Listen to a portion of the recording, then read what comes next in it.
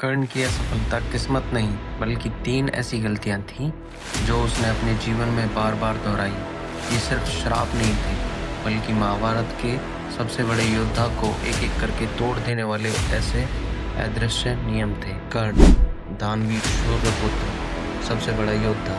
उसका नाम त्याग, पराक्रम और अपार दुर्भाग्य का पर्याय था। इतिहास में दर्ज है कि कर्ण को सिर्फ एक नहीं बल्कि 3 लोगों ने श्राप दिया था।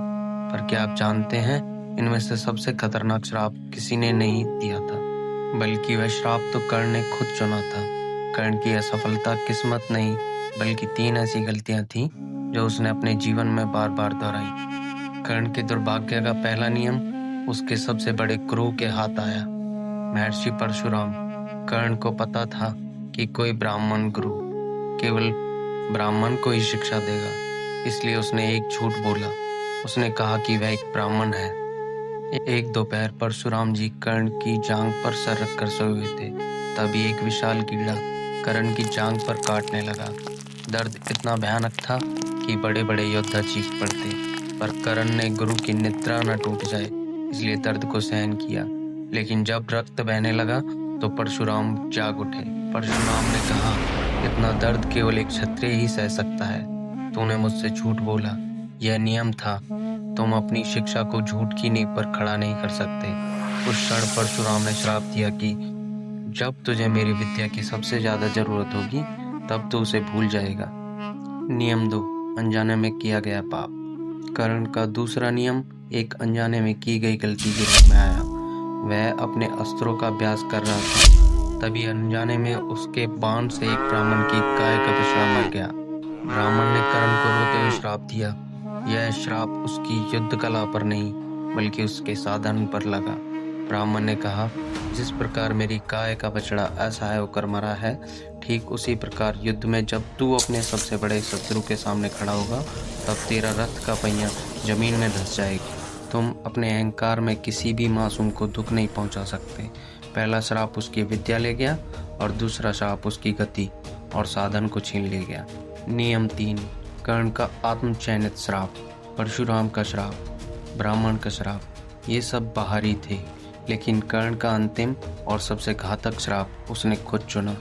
यह था अपनी पहचान को छुपाने का श्राप। युद्ध से ठीक पहले माता कुंती ने कर्ण को सत्य बताया था। वह पांडवों का बड़ा भाई था। कुंती ने उसे पांडवों के खेमे आने का न्योता भी दिया था। कर्ण जानता था कि वह सच बोलने से युद्ध टल जाएगा, उसका जीवन बच जाएगा और उसे सिंहासन मिल जाएगा। लेकिन कर्ण ने दुर्योधन की दोस्ती के प्रति अपनी वफादारी को चुना।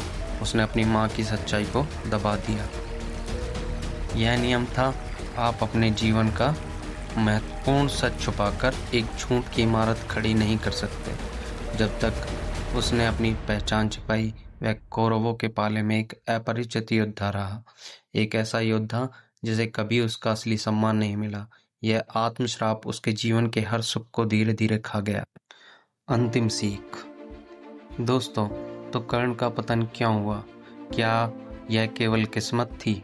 नहीं, कर्ण के ये 3 श्राप वास्तव में आज भी हमारे जीवन के लिए 3 शक्तिशाली सबक हैं। पहला, झूठ की नींव पर बनी सफलता टिकती नहीं। आप किसी झूठ पर अपना करियर, पैसा या रिश्ते नहीं बना सकते। दूसरा, आपका साधन आपकी नियति तय करता है। अगर आपका तरीका अनैतिक है तो आपका पहिया निर्णायक क्षण में धंस जाएगा। तीसरा, पहचान का सच हमेशा बाहर आता है। अपनी असल पहचान या सच्चाई को छिपाकर आप कभी अपनी पूरी क्षमता हासिल नहीं कर सकते। तो दोस्तों, कमेंट करके बताइए, क्या कर्ण को अपनी माँ की बात मान लेनी चाहिए थी? क्या आपके अनुसार कर्ण का सबसे बड़ा दुख क्या था? ऐसी वीडियोस के लिए लाइक, शेयर एंड सब्सक्राइब करें भारत स्टोरी टाइम्स को।